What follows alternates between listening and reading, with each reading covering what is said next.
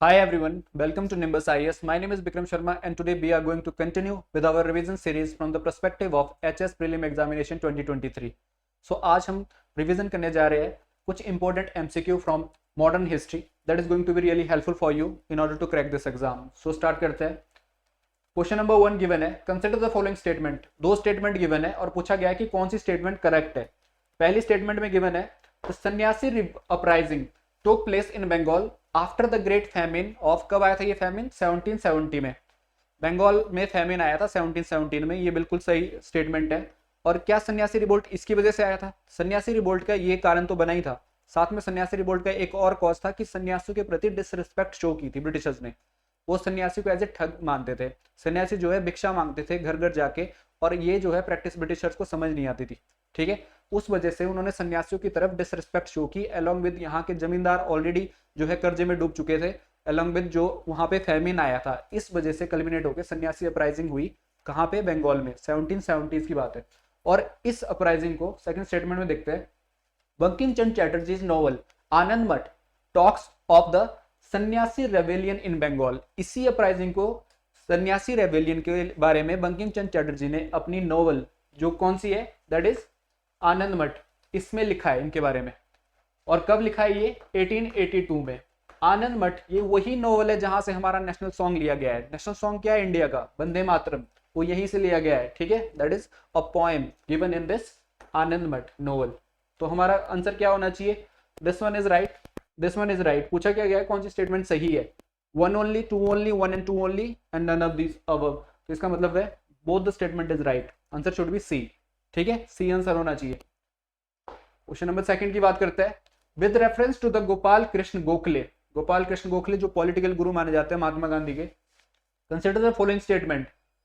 यहाँ पे तीन स्टेटमेंट गिवन है और करेक्ट आंसर पूछा है आपसे. यहाँ पे पहली स्टेटमेंट गिवन है that was he was a member of imperial legislative council. Correct पूछा है. इंपीरियल लेजिस्लेटिव काउंसिल के मेंबर थे वो, बिल्कुल थे. और ये इन्होंने एक प्राइमरी एजुकेशन के लिए, फॉर प्राइमरी एजुकेशन के लिए यहाँ पे बिल भी लाया था इंपीरियल लेजिस्लेटिव काउंसिल में. कब? 1911 में. ठीक है, इसका मतलब ये स्टेटमेंट तो सही है. He was a member of imperial legislative council. He establish the servant of Indian society. ये भी इन्होंने एस्टेब्लिश की थी. सर्वेंट ऑफ इंडियन सोसाइटी जो है ये कोई पॉलिटिकल ऑर्गेनाइजेशन नहीं थी. ये सोसाइटी जो है वेलफेयर के लिए वर्क करती थी. ये सोसाइटी जो है स्किल एजुकेशन के लिए वर्क करती थी. जो वर्कर क्लास है उनको भी एजुकेशन देती थी. ये सोसाइटी पुणे में एस्टेब्लिश हुई थी 1905 में. ठीक है, तो ये स्टेटमेंट भी बिल्कुल सही है. ये गोपाल कृष्ण गोखले ने बनाई है. He was regarded by Mahatma Gandhi as his political guru. ये भी बिल्कुल सही स्टेटमेंट है. एज आई सेड अर्लियर कि महात्मा गांधी जी इनको अपना पॉलिटिकल गुरु मानते थे. क्या हुआ था? इन्होंने कंपेल किया था महात्मा गांधी जी को साउथ अफ्रीका से इंडिया आने के लिए. और इंडिया में जो महात्मा गांधी जी ने किया है वो तो आप सबको पता ही हुआ. तो इस वजह से महात्मा गांधी जो है बहुत सारे रीजन की वजह से इनको अपना पॉलिटिकल गुरु मानते थे. किसको? गोपाल कृष्ण गोखले को. साथ ही गोपाल कृष्ण गोखले के भी एक पॉलिटिकल गुरु रहे हैं, that is MG Ranade. MG Ranade इनके पॉलिटिकल गुरु रहे हैं. गोपाल कृष्ण गोखले एक मॉडरेट लीडर है विद इन द कांग्रेस. ठीक है, और इकोनॉमिस्ट भी थे ये अलॉन्ग विद एमजी रनाडे. तो करेक्ट आंसर क्या होना चाहिए जो पूछा गया है? 1 and 2 only, 2 and 3 only, 3 only, या फिर डी 1 2 3. इसका मतलब है डी इसका आंसर होना चाहिए. तीनों स्टेटमेंट गिवन सही है जो गोपाल कृष्ण गोखले के बारे में बताई गई है. क्वेश्चन नंबर 3 की बात करते हैं. Consider the following statement. यहाँ पे तीन स्टेटमेंट गिवन है और आपसे पूछा है कि कौन सी स्टेटमेंट सही है. क्या है पहली स्टेटमेंट? पहली स्टेटमेंट बोल रही है मॉर्ले मिंटो रिफॉर्म के बारे में. Morley Minto reform allow the introduction of the Indians in the viceroy executive council. Viceroy की एग्जीक्यूटिव काउंसिल होती थी, उसमें पहली बार इंडियंस को अलाउ किया गया under this Morley Minto reform. अब ये रिफॉर्म आया कब था? ये 1909 में इंडियन काउंसिल एक्ट के रूप में आया था. मॉर्ले कौन थे? मॉर्ले थे सेक्रेटरी ऑफ स्टेट और मिंटो थे वायसराय ऑफ इंडिया. ये दोनों पोस्टें क्रिएट हुई थी कब? 1858 में by government of India act, जब ब्रिटिश ने कंपनी रूल खत्म किया था और क्राउन रूल आया था इंडिया में अंडर दिस एक्ट. तो एक सेक्रेटरी बना था, एक वायसराय बना था. और 1909 में सेक्रेटरी कौन था स्टेट का? That is Morley. और वायसराय कौन थे स्टेट के? That was Minto. और इन्हीं के टाइम पे रिफॉर्म आया था, इसलिए इसका नाम जो है मॉर्ले मिंटो रिफॉर्म रखा गया इंडियन काउंसिल एक्ट का. ठीक है, मॉर्ले मिंटो रिफॉर्म ने पहली बार इंडिया में वायसराय एग्जीक्यूटिव काउंसिल में इंडियंस को परमिट किया. और पहला पर्सन जो वायसराय एग्जीक्यूटिव काउंसिल में गया था that was SP Sinha. SP Sinha, Satyendra Prasad Sinha, जो कि गवर्नर भी रहे हैं पहले बिहार और उड़ीसा के। सत्येंद्र प्रसाद सिन्हा जो है पहले पर्सन थे जो कि वायसराय एग्जीक्यूटिव काउंसिल का मेंबर बने थे। ऐसे ही वायसराय लेजिस्लेटिव काउंसिल भी थी। वायसराय लेजिस्लेटिव काउंसिल में पहली बार इंडियंस को मेंबरशिप 1961 में मिली। ये जो है इंडियन काउंसिल एक्ट आया था, इसमें 3 पर्सन को पहली बार मेंबरशिप मिली, जहां पे महाराजा ऑफ पटियाला,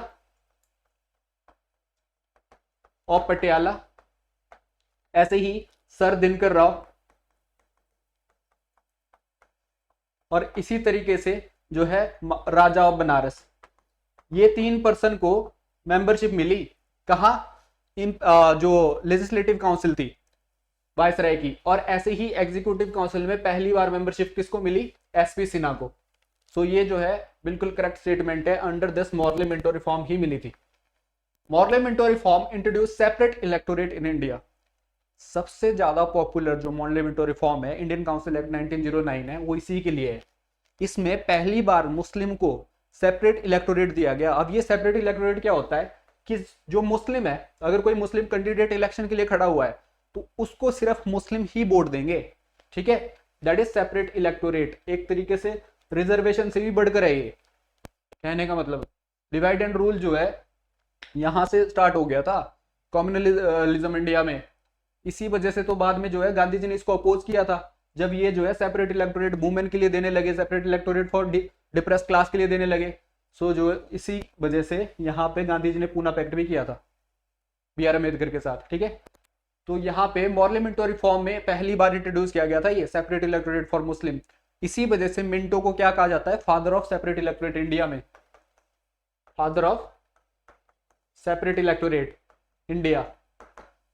किसको, मिंटो को, जो कि वायसराय थे उस टाइम पे इंडिया में।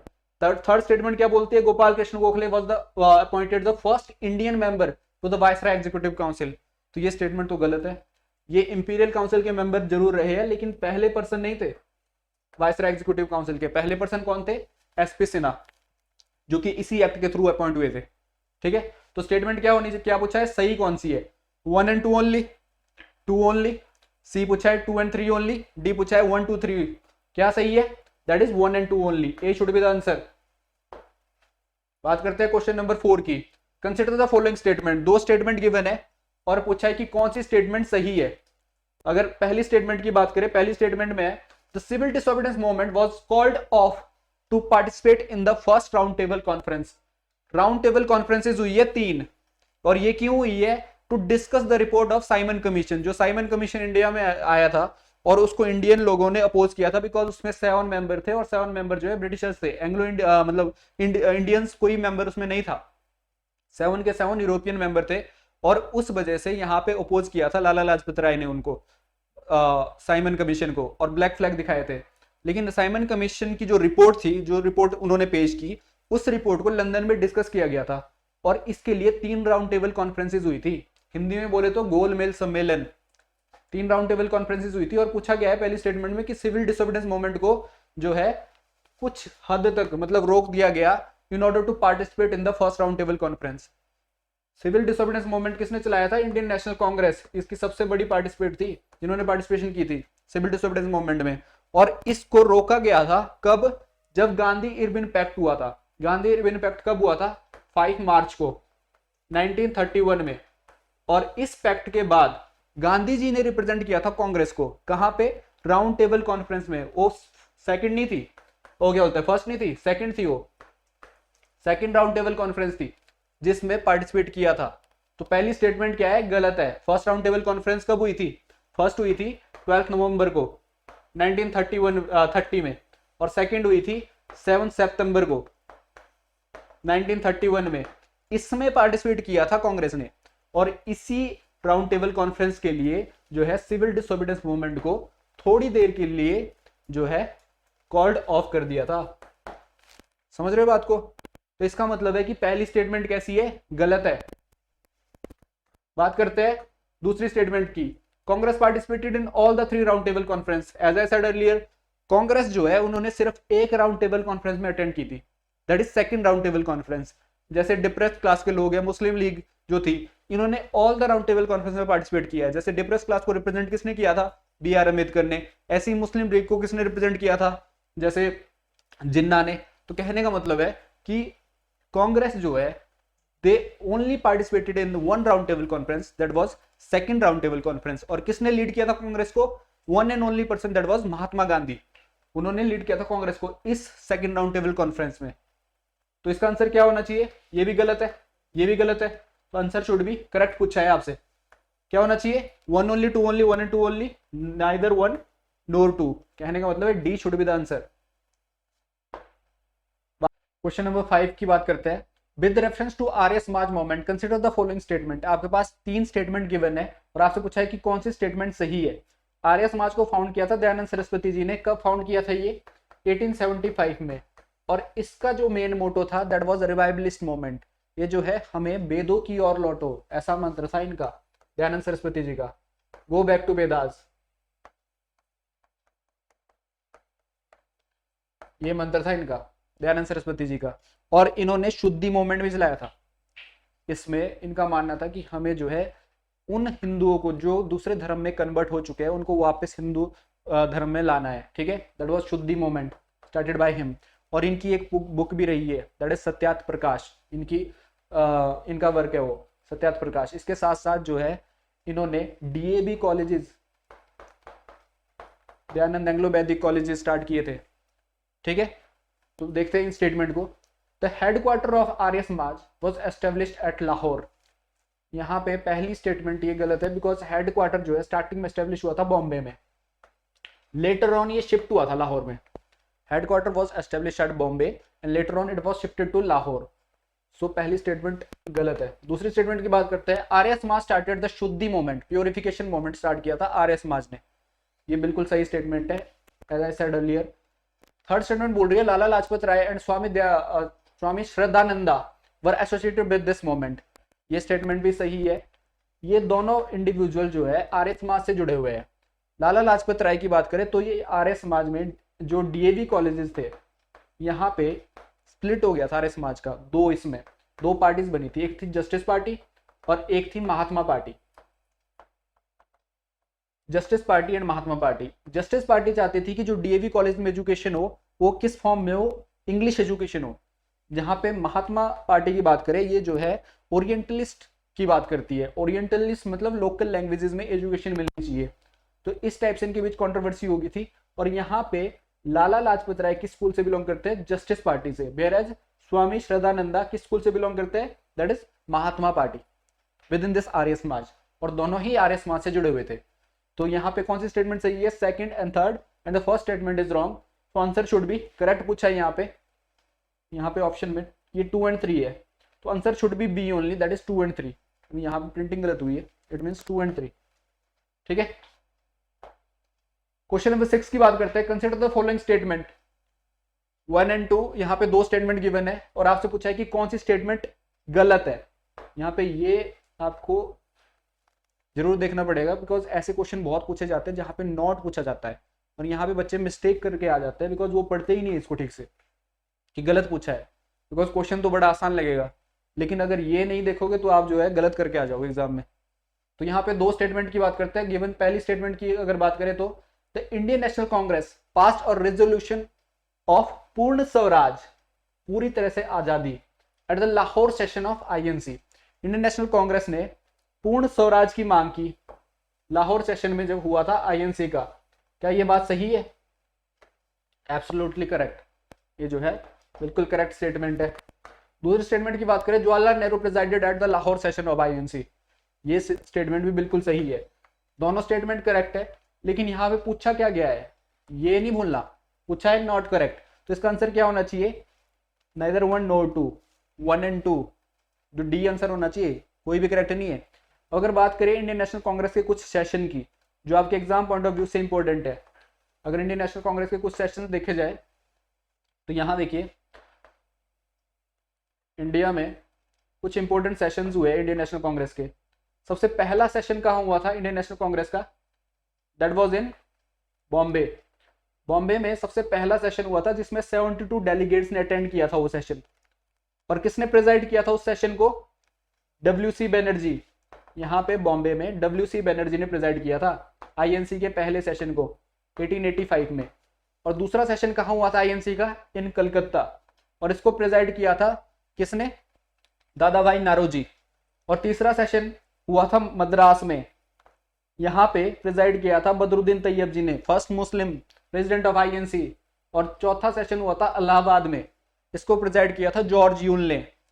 पहले इंग्लिश पर्सन थे जिन्होंने प्रेजाइड किया था इस सेशन को इंडियन नेशनल कांग्रेस के। ऐसे क्वेश्चन पूछे जाते हैं। इसके साथ साथ आपने नहीं बोलना है कि 1896 में कलकत्ता सेशन में पहली बार, ये जो है 12th सेशन रहा है, कलकत्ता सेशन में पहली बार जो है वंदे मातरम गाया गया इंडियन नेशनल कांग्रेस के किसी सेशन में। इसी के साथ साथ 1905 में बनारस सेशन गोपाल कृष्ण गोखले ने प्रेजाइड किया था। ये जो है उस टाइम पे हुआ था जब पार्टीशन ऑफ बंगाल घोषित हुआ था। इसी के साथ 1906 का सेशन अगेन दादा भाई नारोजी ने प्रेजाइड किया था और पहली बार स्वराज वर्ड यूज हुआ था इंडियन नेशनल कांग्रेस के सेशन में। इसी के साथ साथ 1907 का सेशन, 1907 का सेशन कहां हुआ था?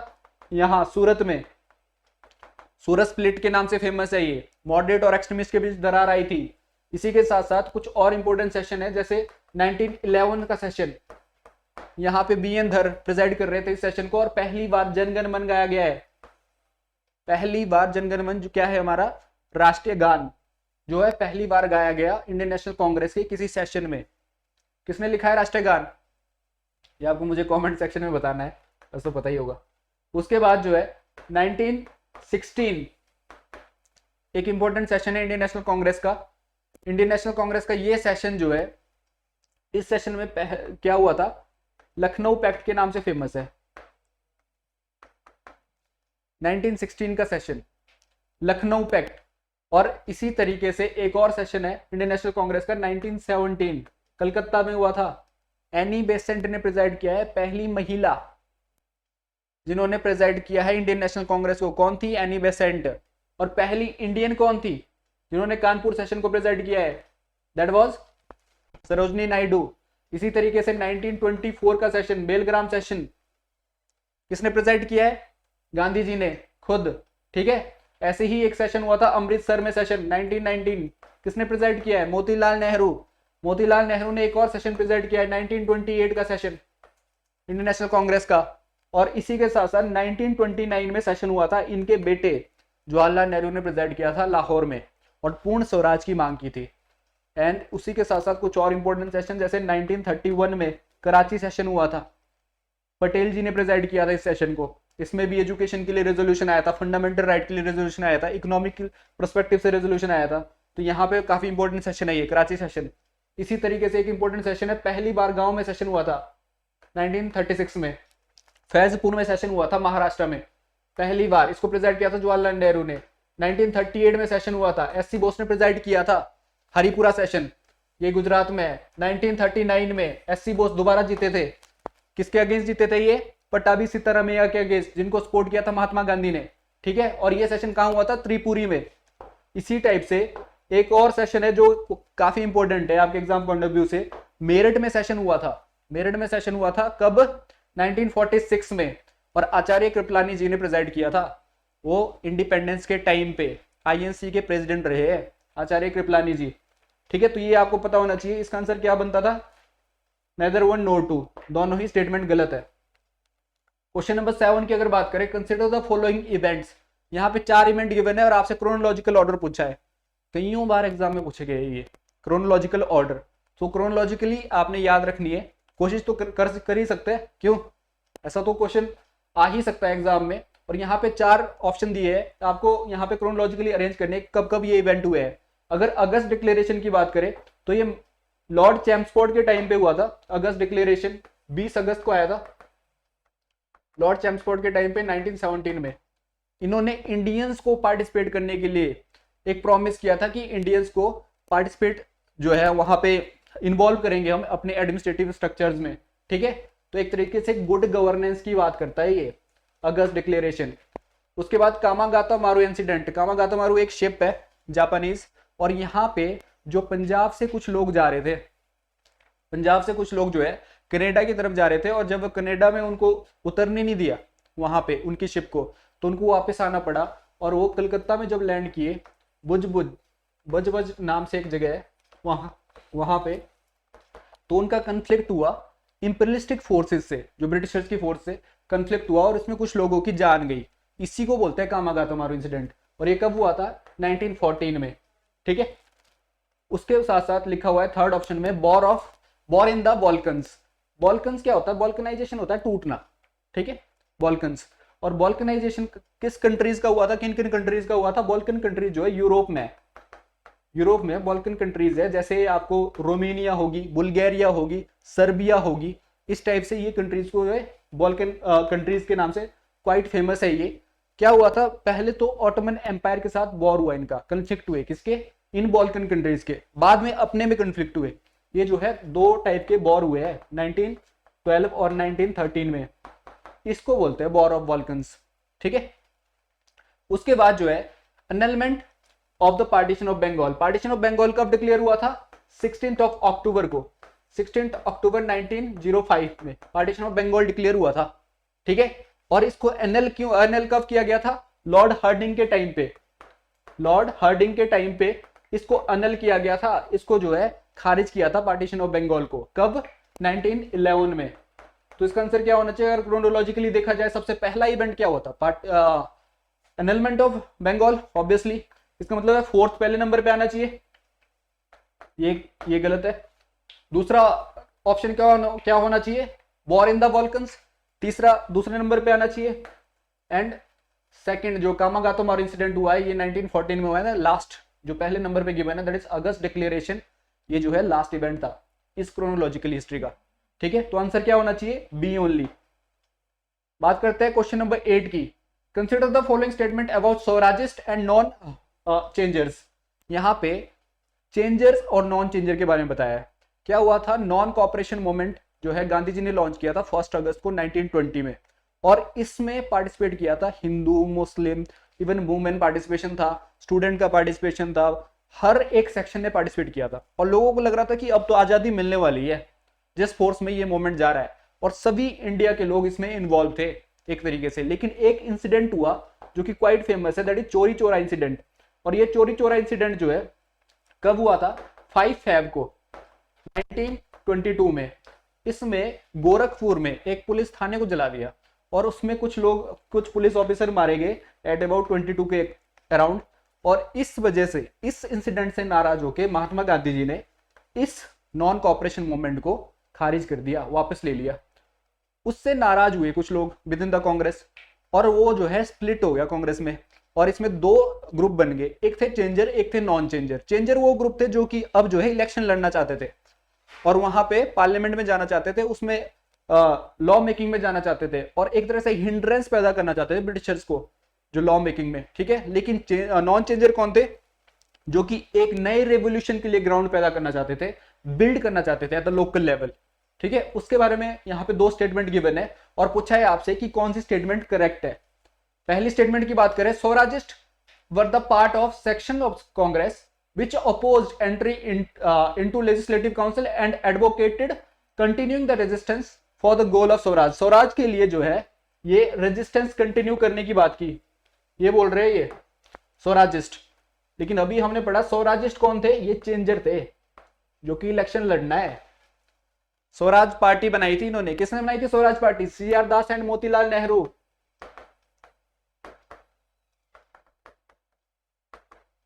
ये जो है स्वराजिस्ट थे और ये जो है चेंजर के नाम से फेमस है।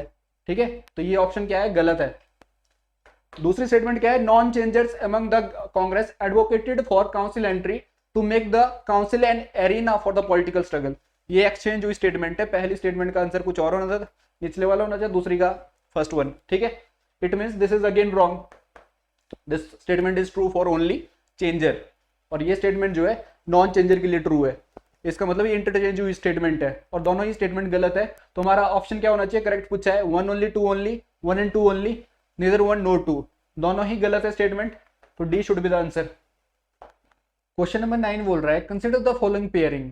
यहाँ पे पूछा गया है कि which of the above pairing is correctly matched. कौन सी पेयरिंग करेक्टली मैच्ड है? अगर पहली की बात करें, राधाकांत देव राधाकांत देव जी जो है यहाँ पे गिवन है कि वो फर्स्ट प्रेसिडेंट थे ब्रिटिश इंडियन एसोसिएशन के। क्या ये स्टेटमेंट सही है? बिल्कुल ट्रू है। इन 1851 में राधाकांत देव जी ने फर्स्ट प्रिजाइड किया था, किसको? ब्रिटिश इंडियन एसोसिएशन को। और ये वही राधाकांत देव जी है जिन्होंने धर्म सभा बनाई है। धर्म सभा क्यों बनी थी? धर्म सभा ये बनी थी जस्ट टू अपोज, किसको अपोज करने के लिए? कौन सी विचारधारा? ब्रह्मो समाज की विचारधारा को अपोज करने के लिए। कब बनाई थी? 1830 में राधाकांत देव जी ने। दूसरा नाम गिवन है गजलू लक्ष्मी नरसू चिट्टी। ये किससे रिलेटेड यहाँ पे गिवन है इनके नाम? That is founder of Madras Mahajan Sabha. अगर इनकी बात करें, ये एक पॉलिटिकल और इकोनॉमिस्ट पर्सन है, बिजनेस फैमिली से बिलोंग करते थे ये। और इनका नाम यहाँ पे गिवन है कि इन्होंने मद्रास महाजन सभा के फाउंडर रहे हैं। ये स्टेटमेंट गलत है, बिकॉज मद्रास महाजन सभा कब बनी है? 1884 में। और ये किसने बनाई है? M Veer Raghavacharya.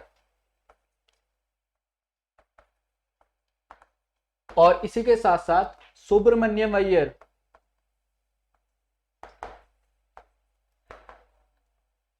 And P आनंद चार्लू, ये लीडर एसोसिएटेड है इसके साथ, मद्रास महाजन सभा के फाउंडर। ऐसी एक ऑर्गेनाइजेशन थी बॉम्बे प्रेसिडेंसी एसोसिएशन, उसके फाउंडर कौन थे? 1885 में बनी है। That was Firoz Shah Mehta, T K Telang और उसके साथ बदरुद्दीन तैयब जी।